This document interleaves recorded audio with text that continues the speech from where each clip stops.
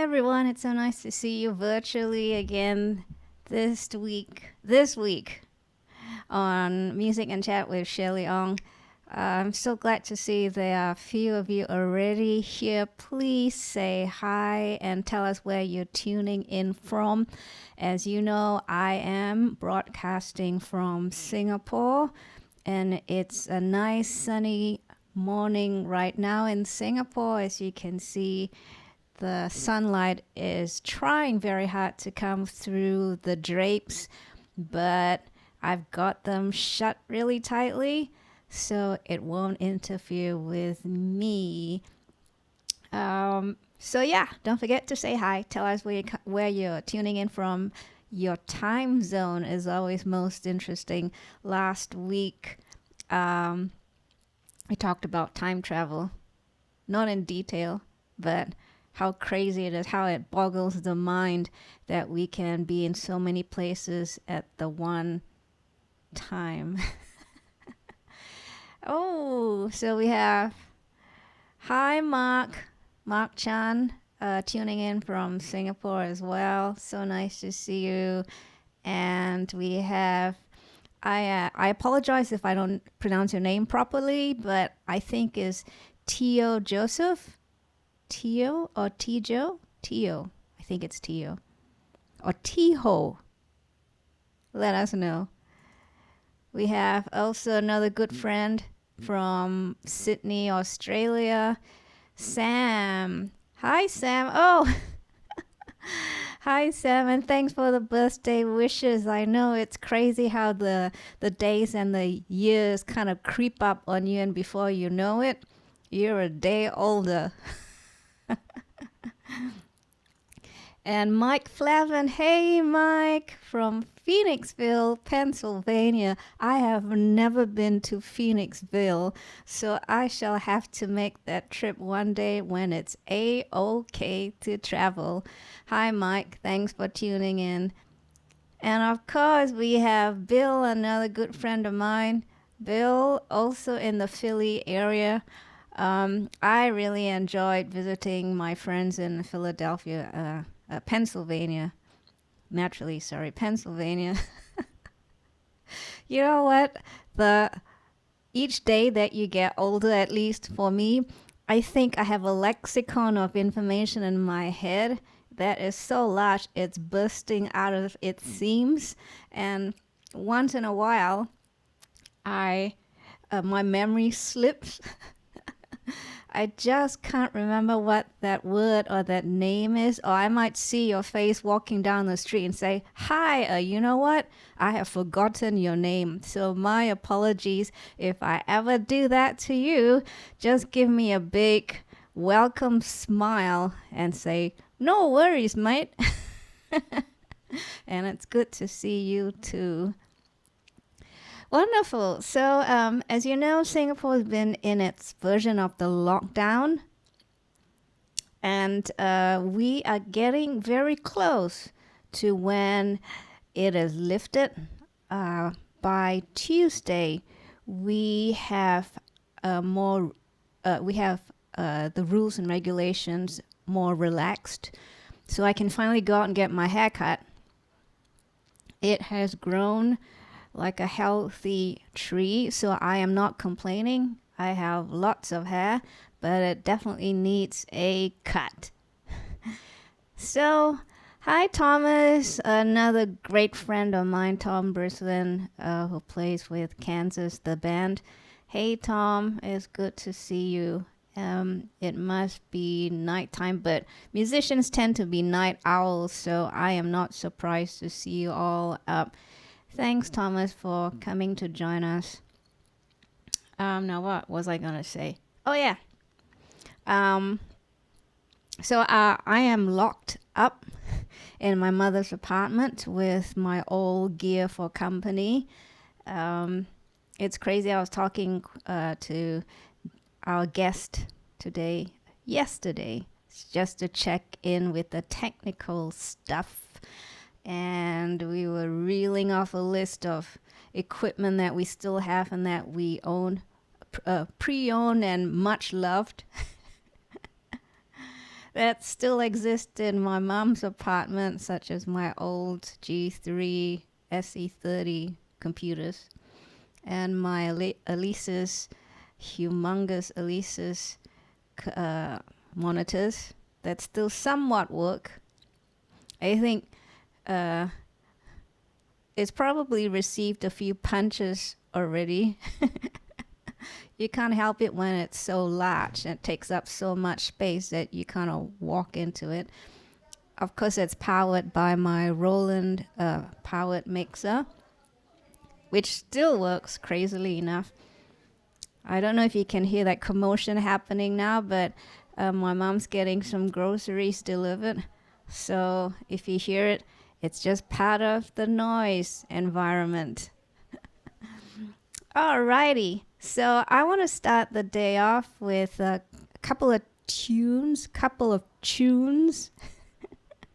The first one is Summertime by Gershwin.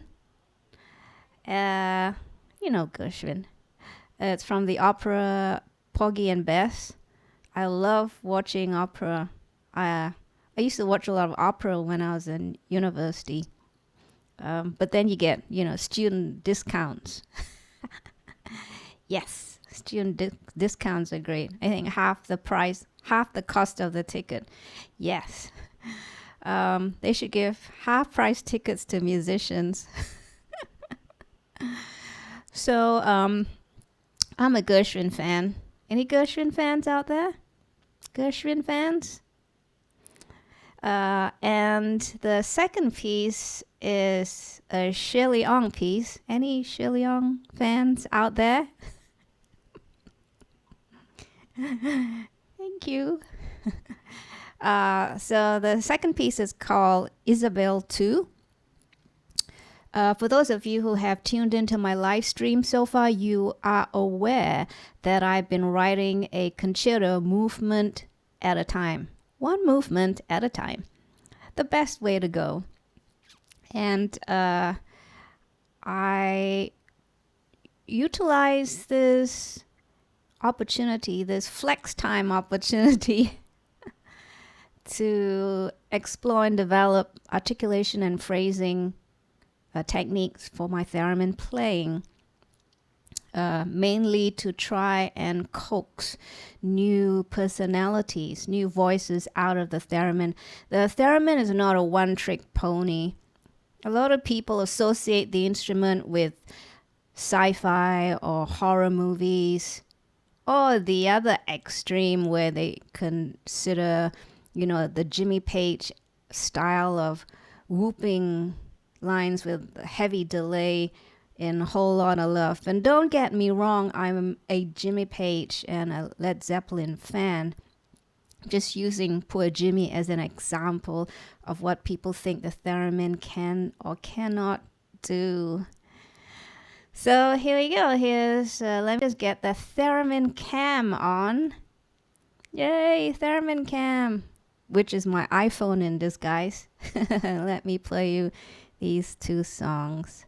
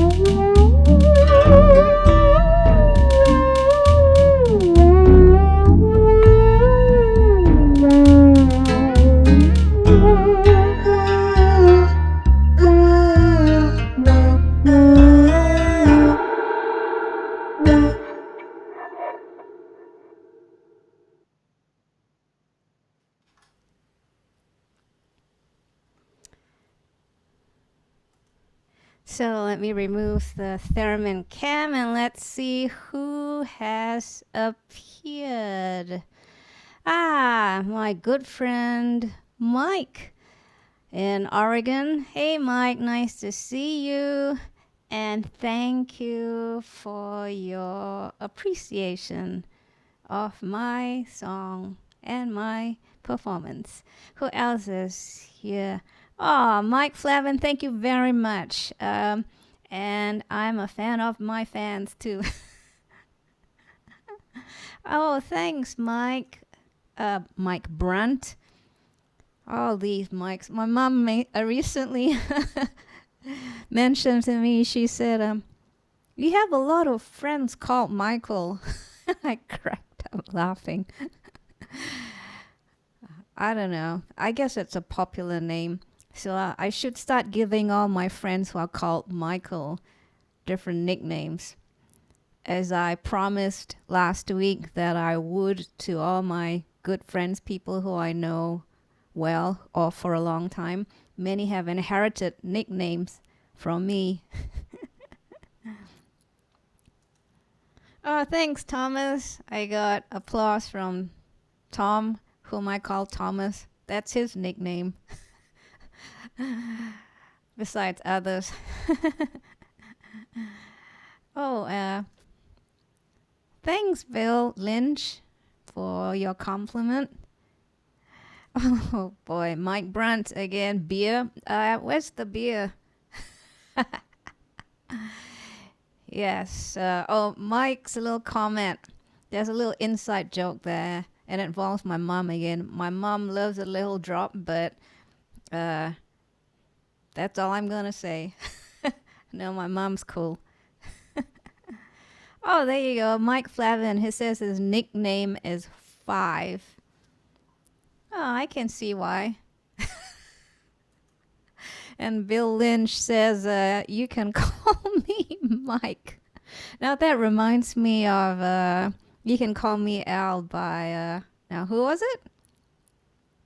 You must know this question, the answer to this question. You can call me Al. Okay, so time is creeping by. I do have one song I want to play for you before we bring on the next our guest for today. Our guest for today was invited to play on my third album, a Xenovibe project, for those of you who know me. Sorry, I'm going to interrupt you. Yes, Paul Simon, thanks, Sam. Paul Simon saying, you can call me Al. So anyway, my Xenovibe project involved another good friend, John Martinez, and we were recording tracks for it. And the next song was one of the tracks which our guest for today put his magic fingers on to create magic for us. So let me put the theremin cam on again because you can also see my keyboard there.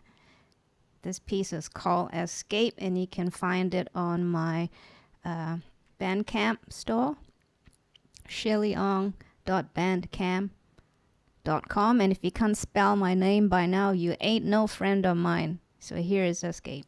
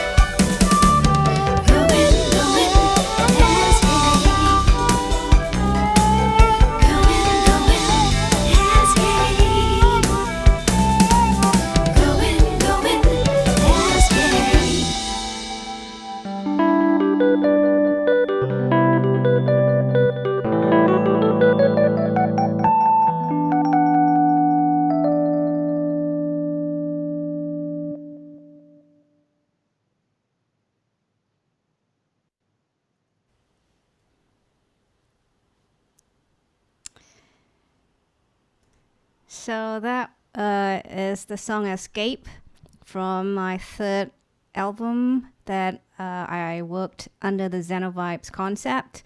It's called Xing Paths. Who have we got here? Bruce. Hey, Bruce Phoenix. Is that your real name, Bruce Phoenix? If it is, I really like that. Phoenix has very positive connotations to the name. Thanks, Mark Chan. Thank you so much. It means a lot to me what you say, obviously, because Mark Chan is also a musician beyond a musician. He's been around. He's been around the block a few times, as you know, along with some of us. And my good friend Mike Brandt again. He says, I recall this very well from earlier interactions. Mark Chan again, he describes it as Debussy then across deserts. Oh, thanks. Debussy is one of my favorite composers naturally, so I'm not surprised if a little bit of Debussy has seeped into my musical brain. Bruce Phoenix tells us that, yes, it is his true identity, Bruce Phoenix. Well, there you go. The things you learn every day. And thanks again, Bill Lynch. Thank you. All right. I have lots to say about our next guest, and I want this to be told to you before anyone hears it. And it was my experience with Dean Parks, the most recorded guitarist in town.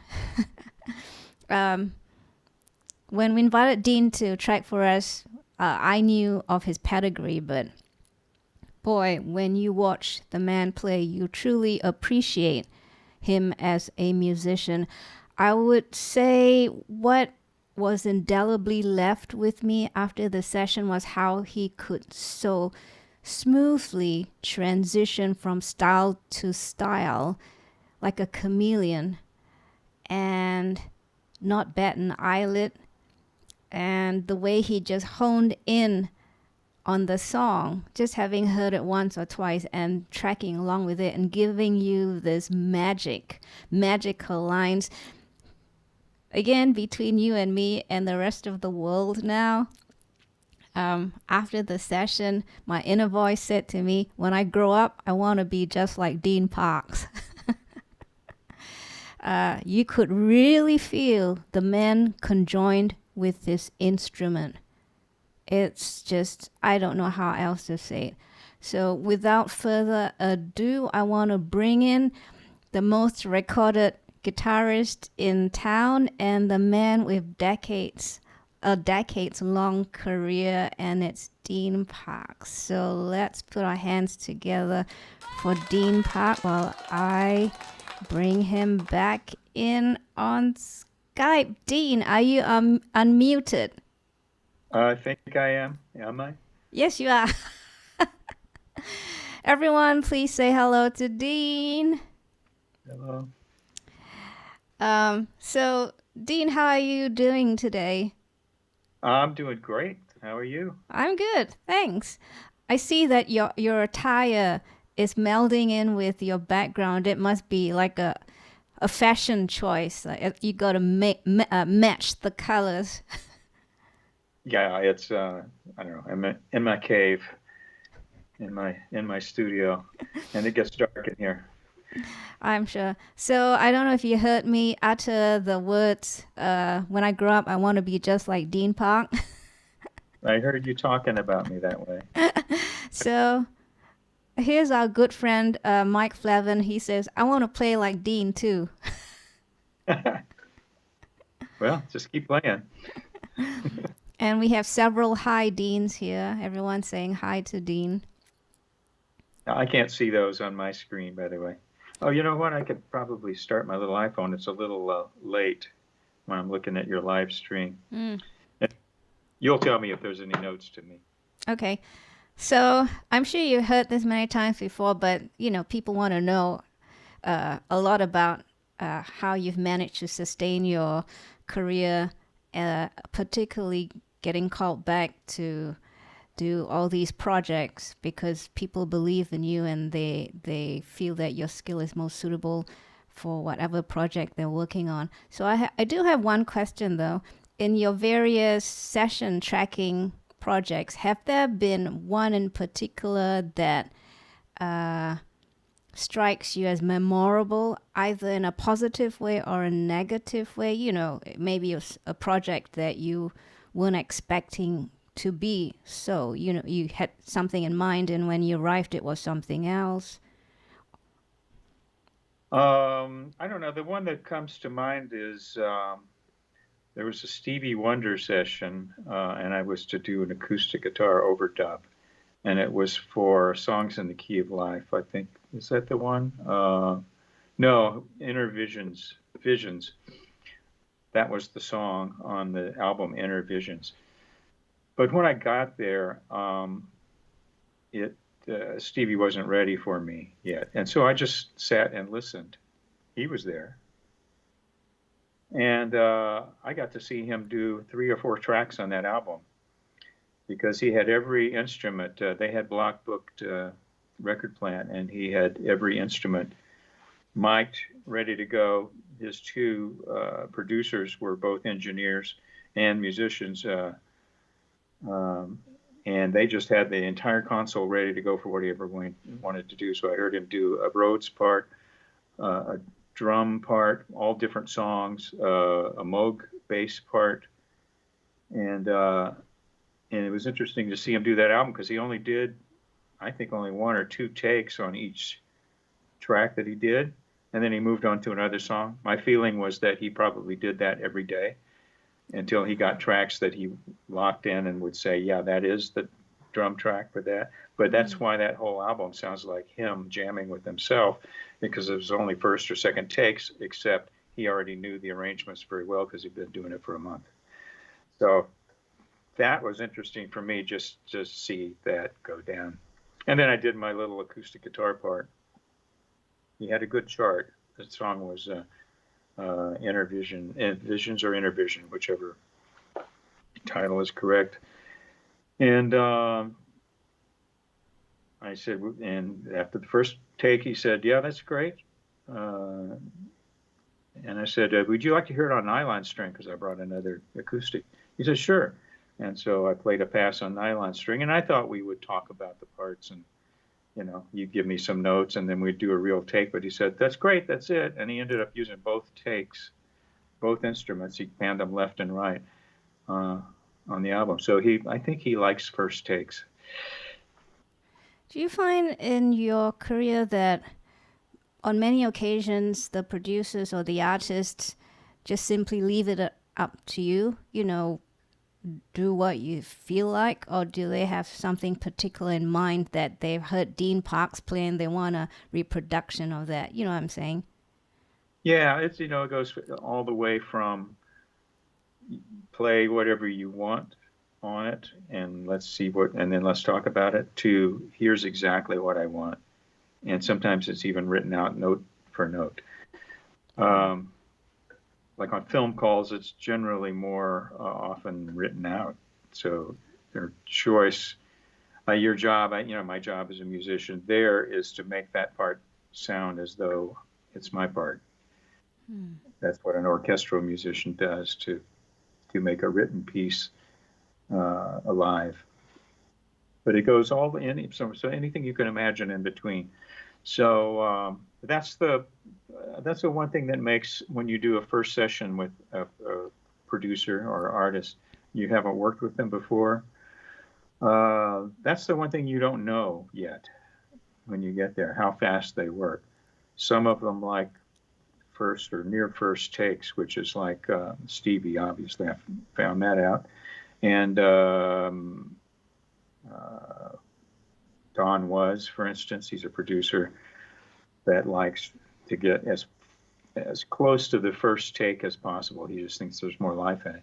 And then there's other artists that that it's not going to be a take until you've talk about every single part of it and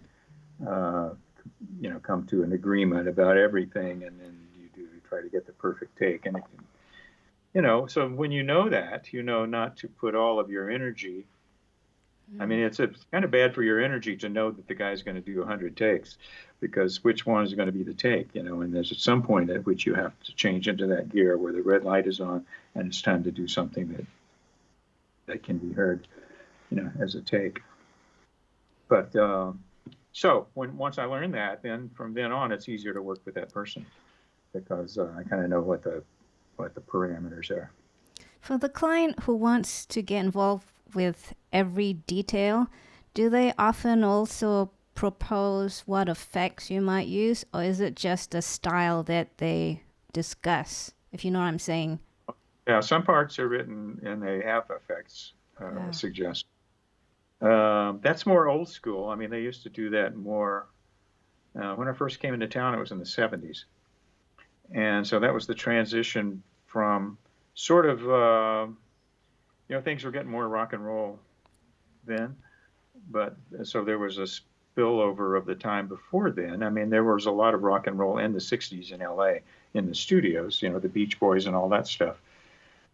And the Byrds and all that stuff was great. But that was just starting to take over. So there was sometimes more old school instruction about exactly the, hollow body, dry, or Curtis Mayfield, they would say, if they want you to play R&B embellishments. And they would give you, the right on the part would be, an instruction. But often they would say, if you think of anything better, go for it. Because, they're trying to emulate what would a guitar player. Everyone is kind of fantasizing about their favorite session tracks that they're emulating, and so it's a kind of a mystery to everybody about how it comes together, and until it comes together, you don't know if it will come together. So they're open to suggestion. But if their idea is a good one, and if their little part is a good one, I won't usually try to better it. I think it's good, and we go with it. Just work on the sound, and it's a collaboration, though. A little different these days. If someone sends you a track and you would do a part overdubbing to it, there's a lot of decisions you have to make on your own that maybe in the old days in a session with everybody in the same room, you would discuss it as you go and build it to be more collaborative build. But so that's a little bit different about working these days remotely, as opposed to in a room with everybody else. But I like the collaboration part, and it sort of focuses you, and you get signed off. Okay, I know what the territory is, and then I play a lot of different ways, so that helps me focus on. Okay, this is the territory. Now I know this is how wide each territory would go, and I could play within that area. Do you ever change your mind midway? I find myself doing that. I'll be playing something, and I was quite certain I was going one direction, but midway I get distracted, and I change direction, and it doesn't turn out. Or my bright idea doesn't work as well as I thought it did when I hear it. And I'm usually the one to make that call, this is not working. This is taking it, this is taking it back a step, not forward a step, and I will come up with some of the new part. I like tracking sessions, though, because tracking sessions, you got 4 or 5 people, playing at once, bass, rhythm, bass, drums, keyboard, guitar at the minimum, and sometimes 2 guitars and sometimes 2 keyboards. And so a lot of people are discussing stuff all the time. You do a take, and then the producer's discussing with it gives you more downtime to sort of think of parts. And sometimes a part will come in one of those downtimes when the room is busy doing something else. And I can kind of work on a sound and get the little delay right. And then when we're ready to track again, I've got a new little direction that no one discussed yet. So I like tracking sessions for that reason too. It's good for the creative. You've already got a context now. You've heard everybody do a thing on it. Maybe not their final thing, probably not their final thing, but at least you got the ballpark, and now you can, get it closer to ideal. So when you're put on the spot, which you are constantly for your work, it's always something that, a situation whereby you don't really know what's going to happen till you're made to produce. That's pretty much, yeah. Mm-hmm. Right. Have you ever been frozen at the spot where you've lost for what you should be working on? That no ideas are flowing, let's say. Yeah. I don't know. There's sometimes when you have a more generic part comes to mind for a generic track that you're playing on, and it seems just perfectly fine and everybody's happy with it, and is what's required. And you can go with something a little more under the radar, I guess. But I generally, with the context, have an idea of a few things that would go in there. So I do have a question from Mike Flevin, which is quite similar to one of my other questions, so I will pull that question in. And the question is, I'd like to ask Dean, what is the biggest change in the session business? Are there many large studio productions going on, or is it mostly remote? We're talking about during this temporary world lockdown. Is that his context? Mike, do you have a context? Okay, let's say the current situation. Yeah, well, we're not really gathering, at least no one I know is gathering to do a session all in one studio. We're talking about it, but it's not happened. So right now, it's someone sends me a track and specifies an instrument, and then I work on it and send it back to them, and they like it or they don't like it, but they usually like it. So it's quite a different process. It's a more difficult thing, like I said before, when the producer and you have talked about the thing, he likes the direction you're going, then you can develop in that direction. You've just thrown off a lot of unknowns to a few knowns, and now you can really dig in and lock in something in that direction. So the sooner I get feedback, the better. And in those situations, it's always a lag.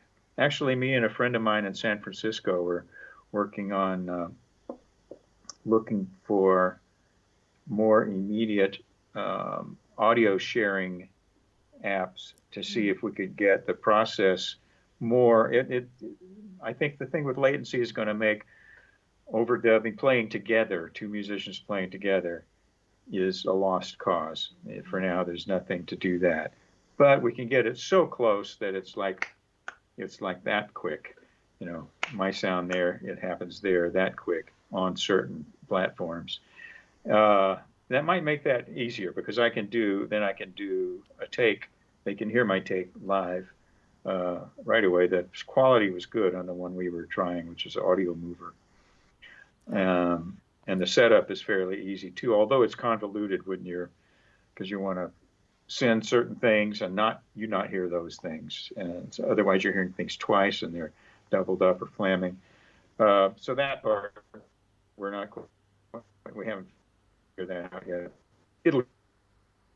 That will make the remote thing a little better. That being said, it's still all overdub process. And overdubs are a different thing than tracking. Because tracking with a band, you come with a part that wasn't on the original, that everybody likes. Well, everybody falls into it and builds on it. And vice versa. If the drummer does that, then all of a sudden somebody builds on it, and it gives him the courage to move further in that idea. And that just doesn't happen with overdubs. There's already some stuff happening. Either you're overdubbing to a machine track that's fairly realistic, that they could change if they needed to go with something I'm doing, but I can't ever trust that they'll do that, so I usually make it go with whatever's there. It's different, but all valid.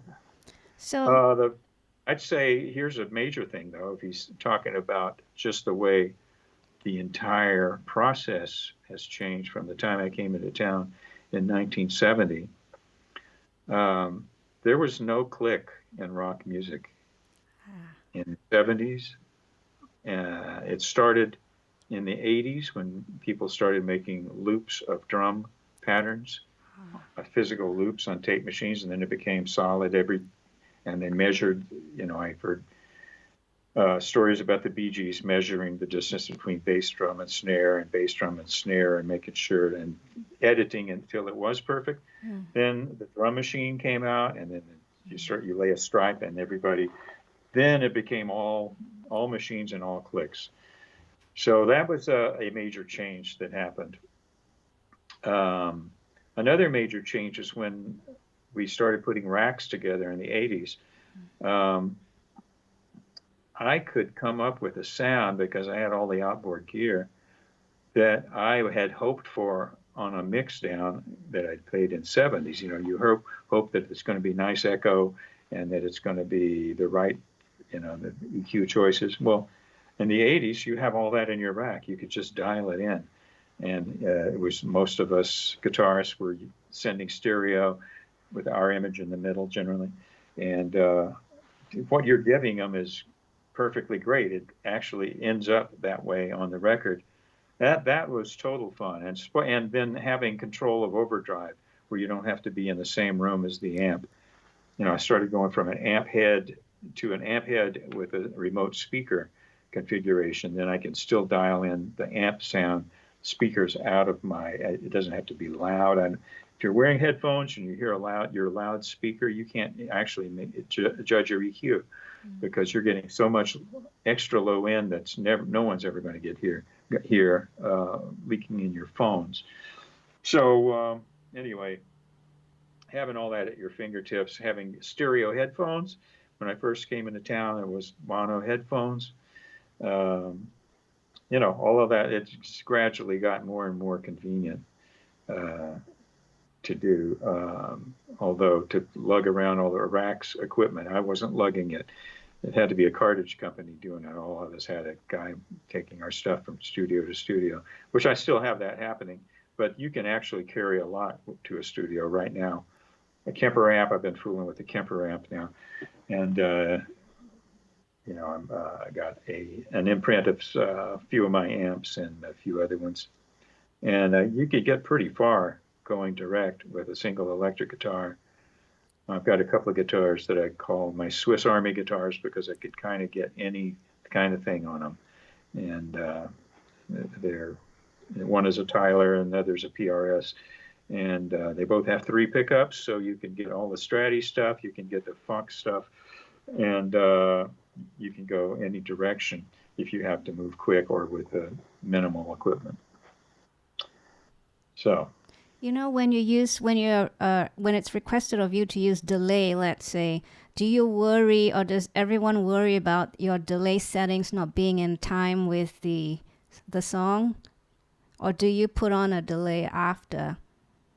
Do you play the delay?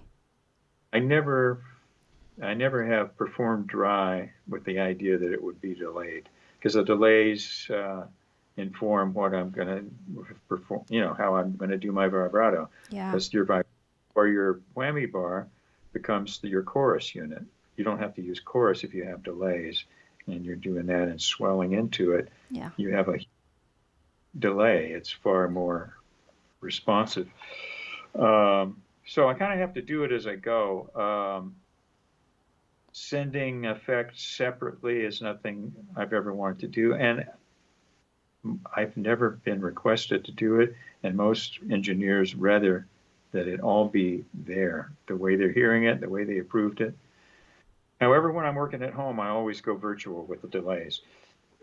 And that's because if there's edits or if I want to repair just one little part, the delays are not chopped when I do that. the delays are virtual. So the real thing I'm recording is the raw mic'd guitar. And I love that about the working at home, the fact that you have the virtual thing going. And I could these days I could adapt that in the studio too, but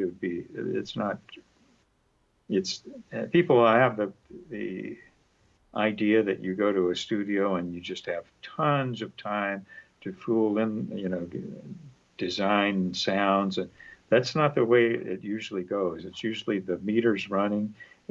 These guys are paying more per minute than they ever thought they would. They have to get the right part now. They can't afford to do it another day sometimes, or the project has a deadline and it has to be done when they have it all booked. And so you really don't, there's no real dream. That's the one thing about working at home that makes it take longer for me, is I can try 5 different guitars. A new guitar I can try it and see what the quirks of it are. Meanwhile, I've gone down a rabbit hole that takes 3 hours. Well, is it wasted time? Not really. I figured out a lot of things and had a lot of fun with instruments and fooled with different delays. So you kind of get more of that time doing it this way, the current way. I guess my initial question was really about the delay timing. Does the engineer or the client, have they ever been so particular about how precise it is synced up to the tempo of the piece, Sometimes if I have it slightly wrong. I don't use the delays I have just coincidentally don't really have a readout. So I do it by tap tempo and dialing it in. And if it gets really necessary to get precise, I just have someone send me the click. It's always recording to a click these days, by the way, because it's on a grid. So I just have them send me a click and my sound, and I get, in about 40 seconds, I get it locked in. So I have one question here from Sam, who's in Sydney, Australia. His question is, Dean, what was your personal favorite collaboration experience? Oh, I don't know. There was a producer named Tony Peluso that produced a bunch of records. I liked working with him. He was a guitarist, but he wasn't playing guitars on these records. And so we just had a great time coming up with ideas.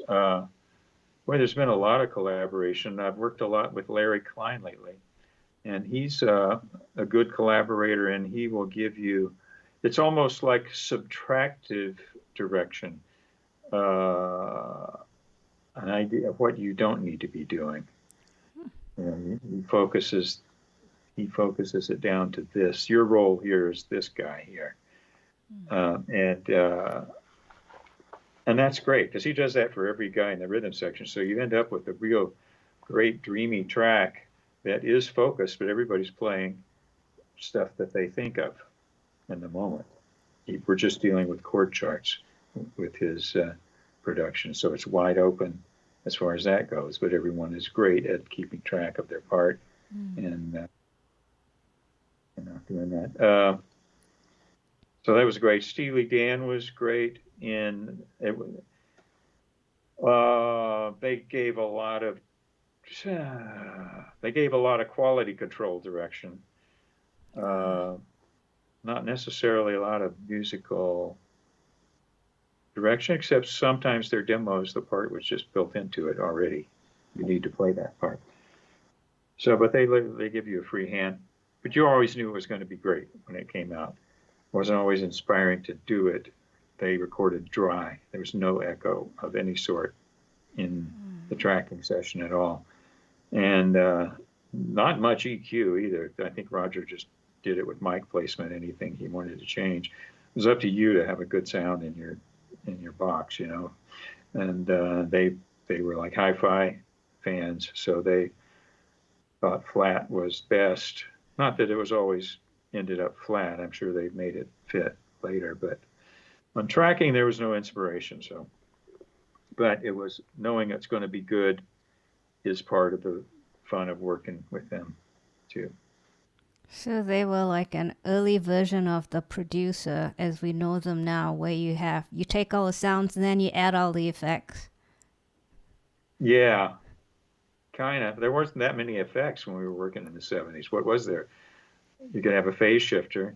Uh, on Josie, I remember there weren't chorus units yet, but there was a Roland Jazz chorus amp. That was like the first chorus. And so they wanted me to do the rhythm guitar part and the intro through that. So we did that in chorus, so they were specifying the effects. Otherwise, no, there was no effects. There was no good reverbs in the pedal. The delay you'd have to use is an echoplex, and those were a nightmare noise-wise, and what is it going to work-wise, and tapes get wobbly, and they're physically noisy in the room. It's just a mess. So when things got digital and you could assemble your own delays, it was fun for us guitar players. So, but no, there weren't any effects much with those guys. Mm-hmm. So not many people know you play saxophone as well. Oh, yeah. Have you ever... Go. I was going to say, have you ever been engaged to do saxophone tracking or overdubbing? Yeah, just for fun. People know I do it, sort of. When I came to town in L.A., I'd come from North Texas University, and I was in the jazz band in my high school as well. And I played sax in those bands. That's the way I learned to read music. But when I came to LA, and I'd played guitar all before that, and all along, that's my first instrument. And when I came to LA, I felt I had a lot of catching up to do. I had to learn to read on guitar. I wasn't that great a reader. I was a really great reader on sax. So I was just trying to translate that skill to guitar.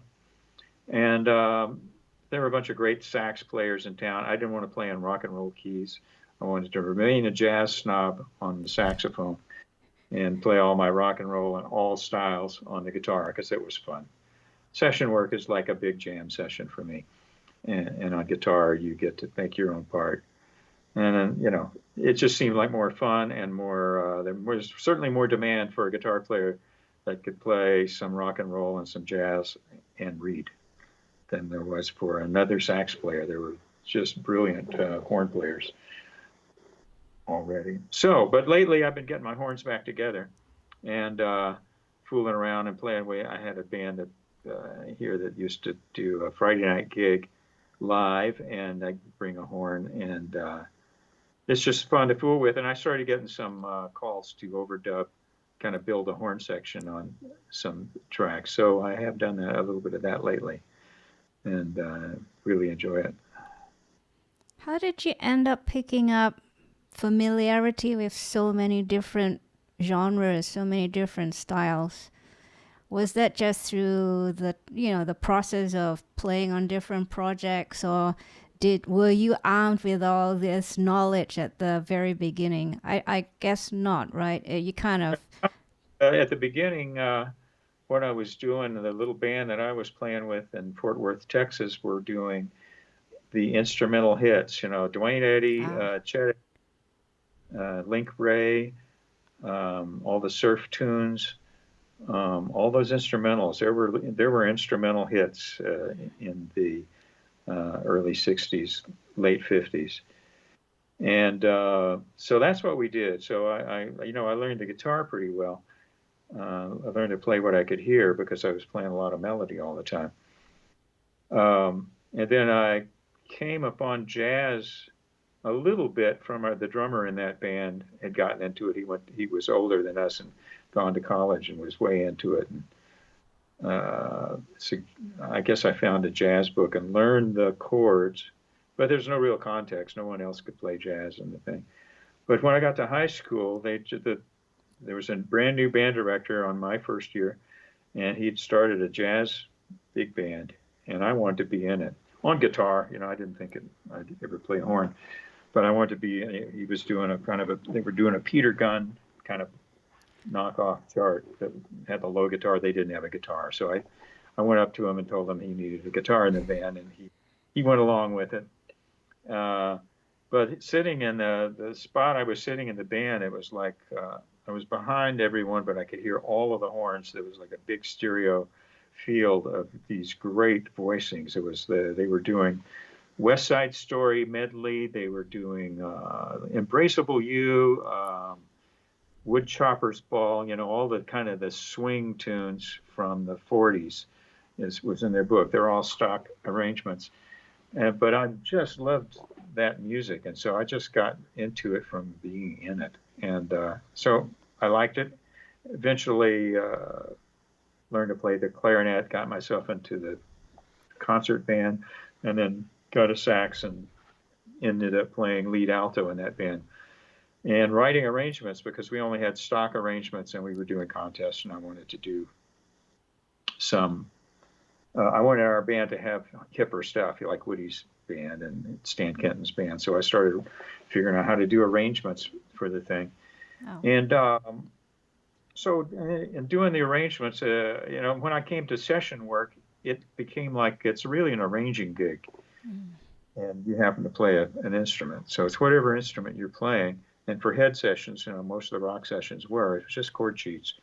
Or you make your own chord sheet and come up with your part. And you're coming up with an arrangement part. And so that's kind of what I'm doing when I'm doing a session. I'm coming up with a guitar part. You're kind of like an acting producer. Yeah, sort of. Yeah, I'm producing my own little part, right? Yeah, because really you add to the content of the project, the song or the piece of work. It's not previously written out, and you've decided to produce an extra line, which is your part. So, yeah, sort of. Yeah. Yeah. That's kind of what an arranger does.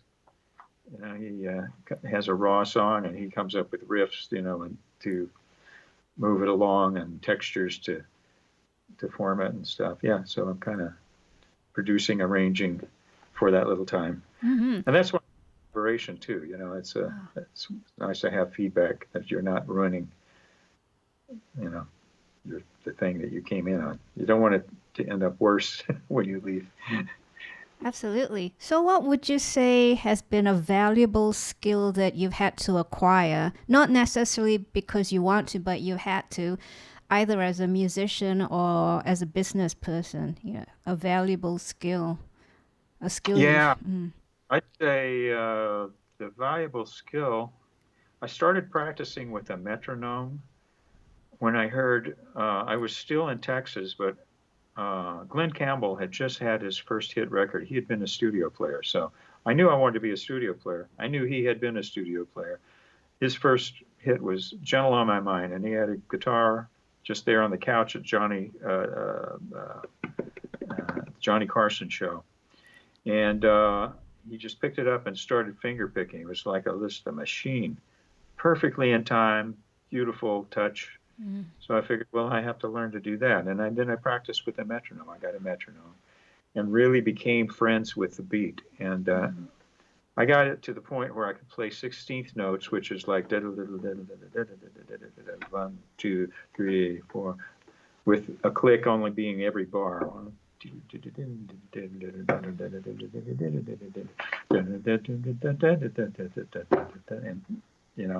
became complete friends with the tempo, and that turns out to be a really great skill. And it doesn't stiffen your playing; it loosens it. If you get your playing to the point where it sounds like the metronome is listening to you when you're playing. That same skill, when a drummer is playing, you're listening to what he's playing and you're melding with him. You're used to thinking about the beat. It's not a mystery to you, and you can play with any musician better if you have that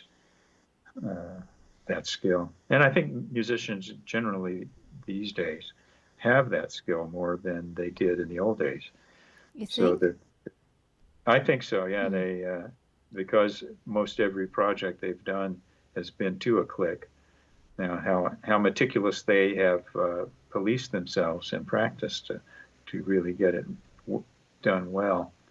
I mean, because there's some natural tendencies you'll learn if you do this.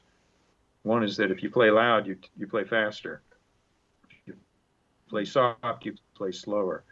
Well, you can't do that. practice with the click, and you'll feel what it's like to not do that. So that's that. I'd say that's the skill that is. And then lucky me, when everything changed to click, I'm still able to do that, right? Because it's not strange territory. How about running the business of being a session player or a musician? Well, I have to say, in the old days, I moved to LA. Every session on a record date, just about every session that I got, there were a few that weren't, but most were union sessions. And the scale was decided, and there's no haggling about the money. The hours are decided, you get a break. You know that you've got these breaks coming, so you can organize yourself and your thinking and your work to fit within those breaks. So, it's great to have a system like that where there's not the haggling about it. And there's a certain time, and the other players will tell you, it's time for you to start charging scale and a half. And so at a certain point, then you will. And they want you, the good rhythm players, the busy rhythm players were getting double scale. So you work yourself up to a double scale. And the other players, the older players, would tell you when it's time to bump. Yeah. So I was off the hook for the business part. Nowadays, the business part is completely out the window. Sometimes usually there's not even a label. So you just figure it out, and ask around what another player, on your level, what they ask for and what the parameters are. It's a little different for everybody. But, so, I don't really have a good, I got off lucky on that. The union was strong, and it was a great environment to work in. So here's the next question. I'm still looking out for any interesting questions from the audience. Anyone with an interesting question that I could pose to Dean?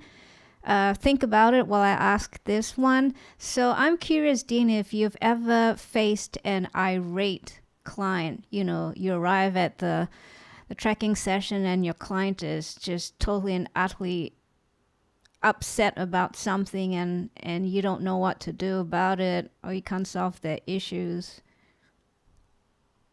for some strange reason. No, never. No, that doesn't come to mind. And I think why is because the extreme expense of hiring double scale musicians and paying what it is a day for a studio, and what it is per hour for an engineer, and then the tape days, what it was for tape. The meter is running, and everyone brings their best or most organized. And I noticed another thing about LA compared to other situations. The vibe was always extremely upbeat, positive. If a player was having trouble with a part or with a certain feel, they would come up with a different part for him, or take his part out there, or make it somehow not a problem. So it doesn't become like anyone is berating anyone else, because that gets the session nowhere. Okay. When the producer starts screaming at players because they're not cutting the mustard, everybody says, they've known their friends here longer than they've known this guy, and things get dark pretty quick if that happens. And on the next call, he finds that the guys are not saying yes to his call either. So, and that's another thing where there's a big industry going, and there's more work than there. The players are getting more calls than they can actually accept. At those times, everyone's on their best behavior to make it work, and it becomes very productive. And I'm sure a lot of those tools were probably born in the movie industry, where you're dealing with actors, but it's still time is money, and there are ways to handle people that does not make them more frightened, and doesn't make them perform poorly, makes them perform well. And I think that being in a movie town probably helped that as well. And of course, Dean is in LA. You're not located in Studio City, are you? No, Close by? but close by, yeah, close by. I have the mailbox where I get my mail, as in Studio City. So I asked because you had a Studio City cap on yesterday, of course. Yeah. So they sell them in the drugstore I go to. Yes, they. I think it's fun. I, Guitarist. I was just curious because I don't wear a Music City cap. So, you know. Yeah, you could do it. Go down on Broadway. Yeah, I should get myself one. Wear a mask if you go down there now. I know. Danger, Will Robinson. I hear that there's a lot of traffic down to Broadway now that part of the southern states have opened up, right? Yeah, so I've been told. Yeah. Of course, I'm still stuck in Singapore, so I can't tell from real experience. But yeah, from the emails that I've received from friends in Nashville, it seems, yeah, life is kind of back to normal somewhat. Uh-huh. So we have one question here from Mike Flavin. Let's see. Where did it go? Oh, okay, here it is. So Mike Flavin has this to ask. What guitarists or other musicians does Dean like to listen to for inspiration? I would like to add to that, is there anything besides a person who inspires you? Or to inspire you to explore further? You know, is there anything that keeps you interested and wanting to know more? Yeah, well, let's see. When I first got into town, Larry Carlton was very, his technique was brilliant, and everything that he did was completely appropriate for, doing rock sessions in the 70s. So that became a big influence. Louis Shelton also. And just playing a session with those guys would give me plenty of things to practice when I got home on the weekends, And so those guys are real inspirational. I mean, all the hit records, of my favorite musics in the 60s were, I mentioned all the instrumental things, Chet Atkins, Duane Eddy, the Ventures, Link Wray, Chuck Berry, and then jazz guitar players, Jimmy Rainey, current jazz players, Kurt Rosenwinkel is great.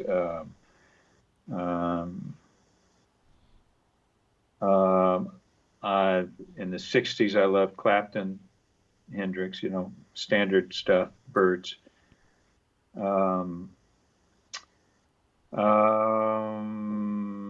Holdsworth, really loved his legato playing. I actually started relearning everything for myself when I heard him play the legato stuff and learned to play. You have to have overdrive to really pull it off well, but I worked out a lot of things, even in bebop, using the legato approach. I thought that was totally inspirational and unexpected.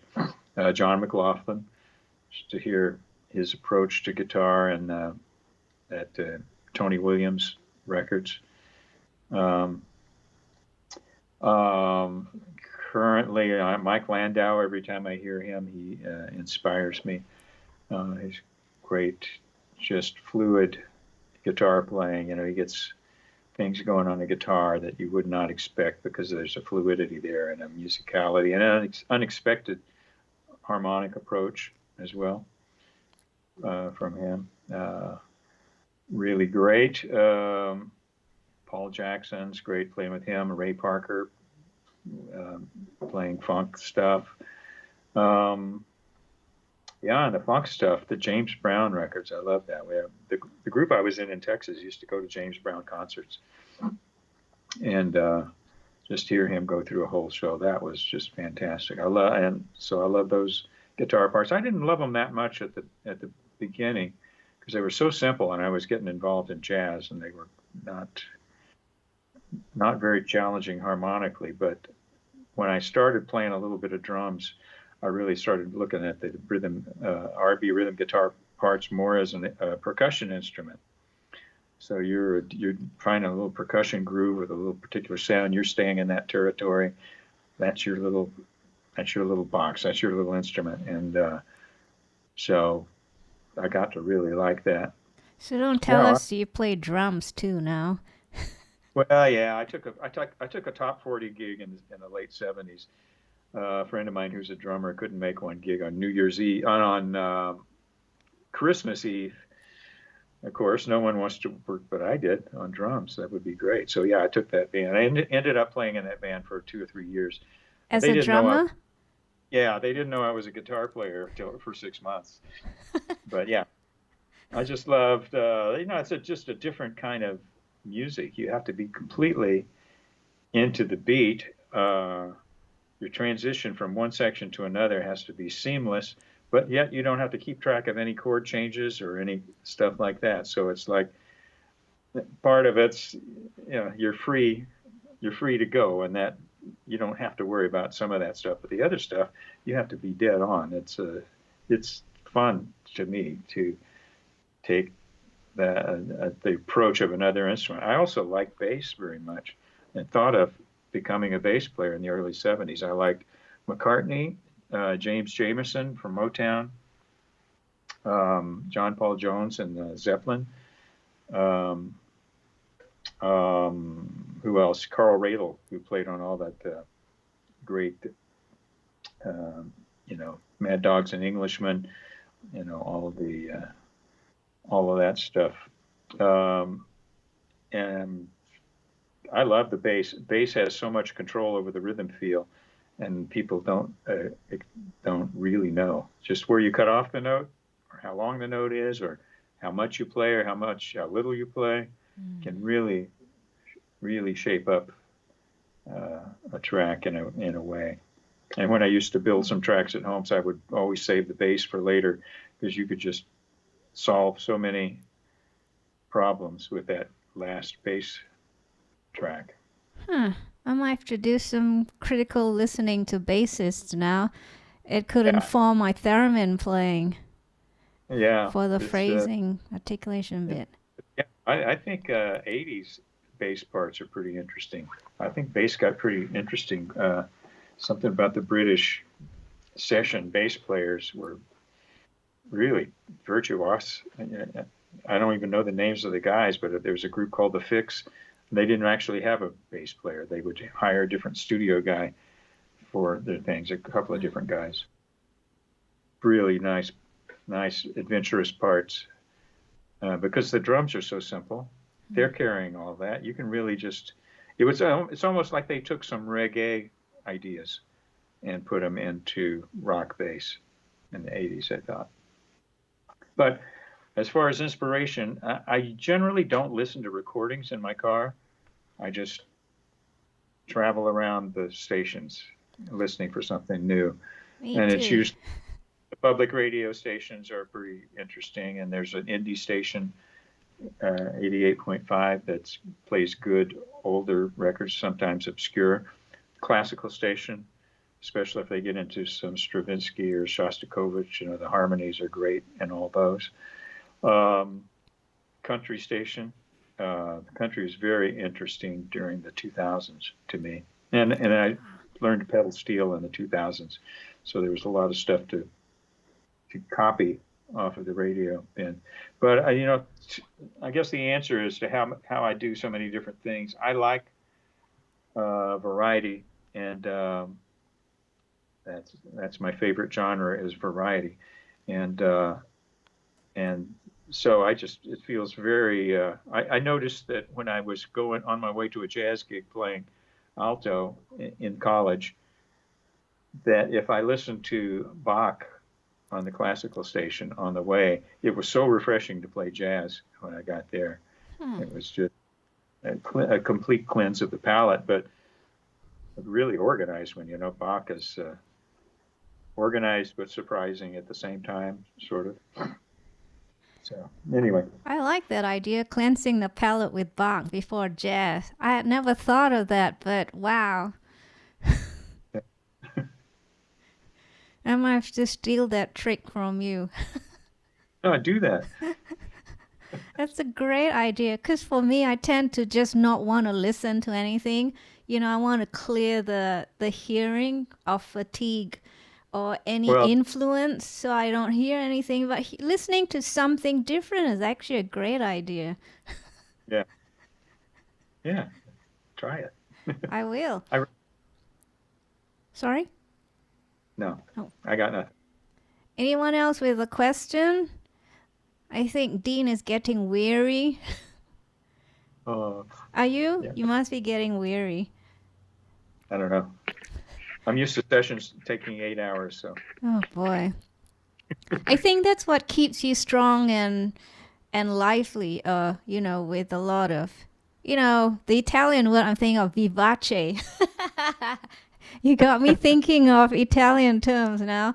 You're full of life at your age. And how many decades have you been working now? 5 decades? Oh, let's see. Yeah, I got into town. I'd done some jingles and commercials in Dallas in the late '60s. But let's say LA, 1970s when I got into town. So 70s, 80s, 2000s, 2010s. So is that 5? Hey, I'm lucky. The guys that were big studio players just before I came to town, they had done all of the Broadway-ish jazz based on Broadway show tunes, standards, pop tunes, Patti Page and Frank Sinatra and all that stuff. And then the music changed to rock and roll.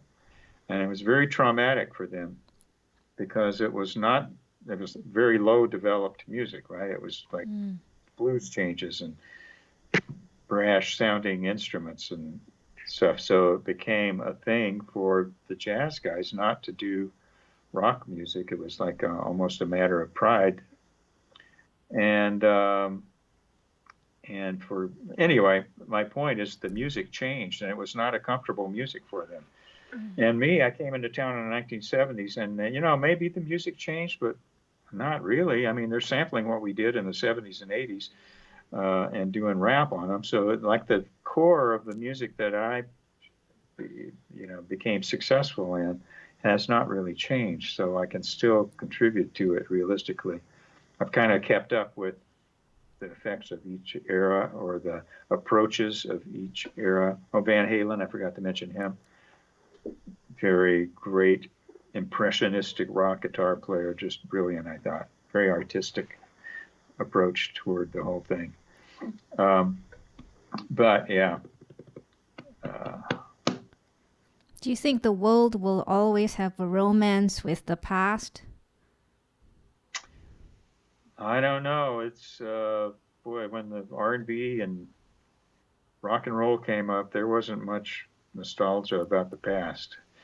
There wasn't much of that happening until Linda Ronstadt insisted on doing a oldies standards album with the Nelson Riddle Orchestra. Till then, no rock star had looked backward at all. And then that became, I think that was the foundation of the new resurgence of what they call the Great American Songbook, which is what I described before. So I don't know, but I don't know. I like electronica. That doesn't much go to the past. There's not much past in that. I have no idea, really. What do you think? I think, yeah, the world tends to have a romance with the past. I think every individual has romance with the music that was famous when he came into puberty. Yeah. I call it puberty music. So that's true. Yeah. So I think that tendency, is going to be there. So that's not that much in the past, but somewhat. There'll always be oldies stations. I'll put it that way. But now the oldies stations are playing classic rock or 80s music, right? Yeah. But originally, it played 50s. You could hardly find anything in the 60s on an oldie. So I think the oldies It's stations are. shifting Uh, period. Yeah, yeah, because pretty music. How old are the people with money in that society at that time, right? very well put and very insightful. Yeah. Speaking of which, I have a friend, Ed, who is in Nashville, Tennessee. He just Huh? joined us. Yeah, and he has a question for you. Hi, Ed. So great to see you. How's everyone in Nashville? Ed's question for Dean is, what does Dean think of some of the newer jazz groups like Snarky Puppy, for example? Oh, it's sounds like total fun. Uh, those are kind of like fusion groups, really. Not, they're not. It's rock core. In other words, a 16th rhythm or eighth note, straight eighths is the core. They swing on top of that in 16ths. It's still so. I think it's kind of fusion. It's another layer of jazz fusion. I still love 50s and music that was famous before I could walk, sort of, but I really love it. Lee Konitz, um, Jerry Mulligan, the cool jazz thing. I really like that. And so, not that the guys in Snarky Puppy couldn't do that if they wanted. They probably do great versions of it. But I like it. It's not. I don't know any of their songs. If you know what I mean. It's not. And that's an interesting thing. I think jazz tradition is that you don't do original material, right? You make a jazzy of an established straight life tune, and you do it in a jazzy way, and that's you've just proven your ability, because everybody knows the song and they never heard it that way. That's a different thing, and how much of that is happening now, I think, and that's unless I don't know those groups well enough to know their repertoire, but I'm thinking they're doing original stuff mostly, and sometimes it's hard to become endeared to an original song. You find that, like especially with rock groups that you really want them to do their first two albums. Yeah, When you absolutely. you're good sport about the rest of it, but it's really the first two albums. And so, if I listen to those groups more, I might get wiser about it than I am. But it's fun to listen to. The beat is so great. The musicianship is so high. Jacob Collier, I did get to meet him and talk a little with him about what he does. Great, capable musician. Well, now there's an interesting thing. He does covers. He has some originals, but what everyone remembers is what his version of, Over the Rainbow or whatever song he does, because you've never heard it like that. That you can see his genius very clearly. On an original song, it's genius all the way through, but a listener doesn't have as much of a handle on it because they can't tell how far it's come. Wow. Its root. Right? That's a good observation. I've always played original stuff because I write my own material. But if you want to make at it, you have to do that too. yeah, but when I thought, it's hard to introduce the theremin to an audience if they have no awareness of the instrument and cannot judge what it is and what it can provide because no context. So I started playing jazz standards and other things as well. And it's probably good for your audience to hear that too, right? Because again, you can hear purely your voice in doing that on a song they know. Yeah, that was nice, that first song you played. Oh, thanks. Summer. It's good to hear that. Thanks, Dean. That's to our viewers. Dean and I were talking yesterday about how I get constantly asked if the theremin plays jazz, and I have to remind the person who with the question that the instrument doesn't play jazz, but the musician could. It's kind of strange that they view an instrument as the purveyor of the music rather than the musician. Has anyone ever asked you, can your guitar play, particular genre of music before? Not really. Well, guitar's some kind of guitar is in every kind of music, I guess. Classical music even has a classical guitar. So no, that hasn't come up. It's come up more often with pedal steel, though, because pedal steel was born in country music and became famous and highly developed in country music. There's a bunch of steel players that could play jazz, but they didn't ever have a hit record doing it. And so people that aren't way into it as a fan of the instrument don't know that. And so you get more questions or stereotypes about the pedal steel because people really only ask for it if they hear the typical sound in their head of the pedal steel. And so the typical thing is the right thing for that client, right? I see what you mean. So I know the folks at the Grapevine Opry in Texas. Yeah. And of course, I played with the band. This was many years ago. And a good friend of mine who used to work there with Rocky Gribble told me that you're good friends with Jeff Agnew. Speaking of pedal steel guitar. There's a steel guitar forum, that's .com, which had so much great information when I first started. And he chimed in and offered me help and advice, by email when we first started, and I played with him and met him. Yeah, he's been a great friend in pedal steel. Yeah, I think that the session I did for you, I believe I borrowed Rocky's equipment. Is that correct?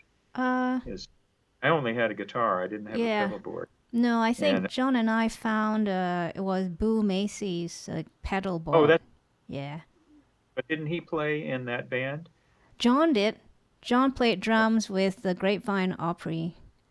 But did Boo? Yeah, on and off. On and off. Yeah, on and off. My mother used to like to go hear the Johnny High show and I've been there too. Yeah. And so I knew Maurice Anderson too, who was the steel player there. He was very knowledgeable and he was a guy that played jazz on the pedal steel. He had all sorts of voicings available, right? That's just the way. He came up in a time when country bands were playing swing music, I guess, kind of the simpler form of jazz, but swing music from the 40s and early 50s, and he kind of developed further than the swing bands as far as musicality goes, and did it on pedal steel. Yeah, but I think theremin is such an unusual instrument that people are going to be asking you questions all the time about what it's done and what it could do, because it's still an outlier, I think, right? It's not a regular part of any ensemble, really. Nah, I tried to play yours, and it sucked. I thought it would be easy. I did find that photograph we took of you in the post, so I'll send it to you after this. But yeah, as I said earlier on, many people still think it's a one-trick pony. It can either do, sci-fi scary noises with heavy tremolo, or the other extreme, a la Jimmy Page in Whole Lot of Love, where you put it, you dial up the wetness of the delay, so it just go whoo, whoo, whoo. It's either that or that. Well, you probably know how to do both of those, right? Yeah, I decided that I decided that to be a true fan of Dean Parks, I had to be able to play everything. That's it. If you're going to grow up to be Dean Parks, you're going to have to play everything. So I'm slowly adding, the buckles on my belt. Each buckle is equivalent to a genre. Okay, I'm going to let Dean go in a second if no one has any more questions. And the feed has a latency of about 20 seconds, Dean. So I'm going to wait for about 5 seconds before I say thank you, Dean, just in case there's still questions coming in. Okay. But I've had several people really grateful for you sharing your experience. Mike Flavin says, thank you, Dean, for sharing your experience. This is terrific. And Sam over in Sydney, Australia, this is fantastic, enjoying the history. And we have, who else? Several other people. Bruce Phoenix, and that's his real name. I wouldn't mind having a name like Phoenix, Shueh-li Phoenix. Your name is good. You don't need to change that. Oh, thanks. Yeah, it's kind of crazy. Speaking of changing names, I decided long ago that I would stick to my given name. I won't try and find a stage name. Yeah. It's hard. They're trying to explain to people how to pronounce it properly, but, that's fodder for conversation, I suppose, when you have to try and explain to people how to say your name. Bill Lynch from Pennsylvania says, thanks, Dean. Very interesting. Great. And Mike Brandt, who is in Oregon, USA, says, these are incredible insights.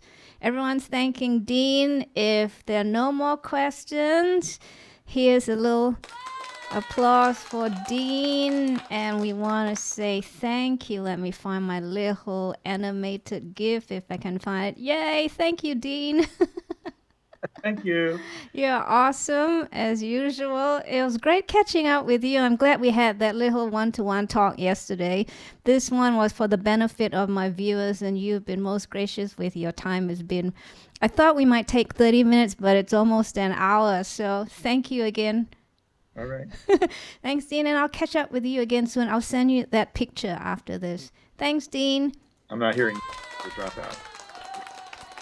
Oh, yeah. I said I will send you that picture after this. So I will sign off from Skype, but I will stay in touch. So please stay in touch with me. If not, I'll come Skyping again. Bye, Dean.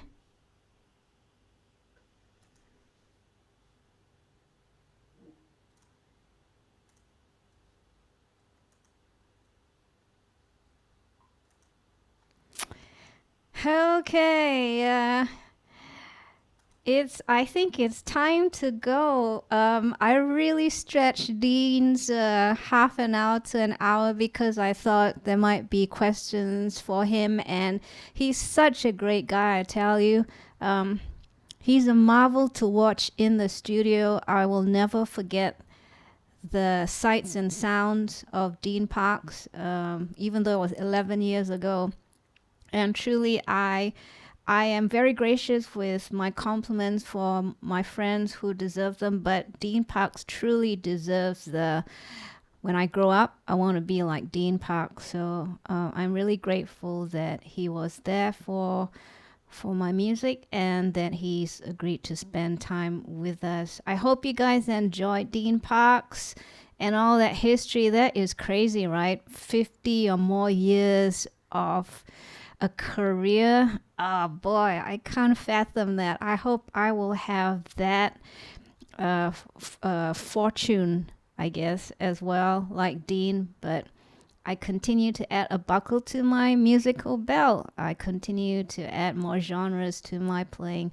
So guys, yes, thanks, Mike Flavin. That was indeed a once-in-a-lifetime experience. So, okay.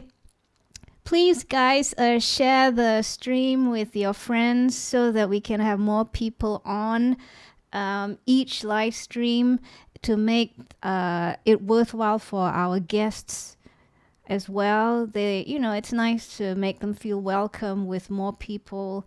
And also, I really enjoy having everyone on the stream. It makes my time with you guys seem more joyful and warm. Can't think of another way to express it. It's like having your own party and everyone wants to come to it. So thank you guys. You're awesome. If you haven't done so already, please subscribe to my stream. Please subscribe if you enjoyed this stream. And again, please share it, the stream. So next week, our special guest is Herb Deutsch. I'm sure most of you know him. Herb Deutsch is a composer, teacher, as well as an inventor. He co-invented the Moog synthesizer with Robert Moog. So he will be our guest next week. Please come by and give him a warm welcome. And that's all I'm going to say. Again, please subscribe if you enjoyed this stream. Thanks, everyone.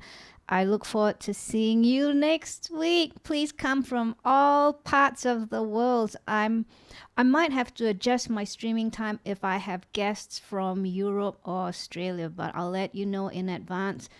Otherwise, thank you so much and have a great evening or morning or day and a great week, and I'll see you next week.